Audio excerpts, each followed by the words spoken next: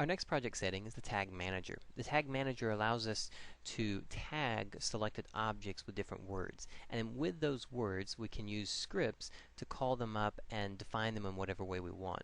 The best way to think about tags is in groups. So for instance, we'll use our rollout here. And you can see that the array element is just size 1 right now. We could size that up, or just as we add, it's going to give us additional ones.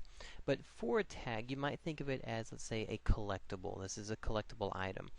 We could tag it as a coin. We could tag it as a spawn point, or a player, or an enemy.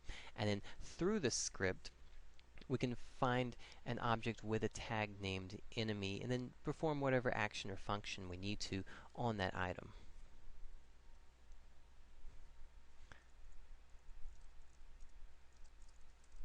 So here we're going to call this one an enemy player. You can see that it's created the additional element that we need.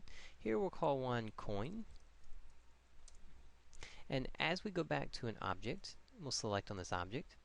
We can see that inside the inspector we have an option for tag, and then if we go to the drop down, we'll see that we can now choose the different tags, and you can see the two that we've added, enemy player and coin, and you also have an additional option for adding a tag right here.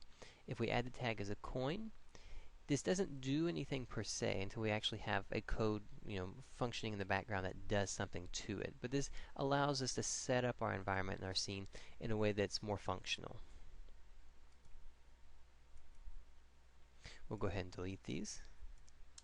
We'll reset our size back to the default one.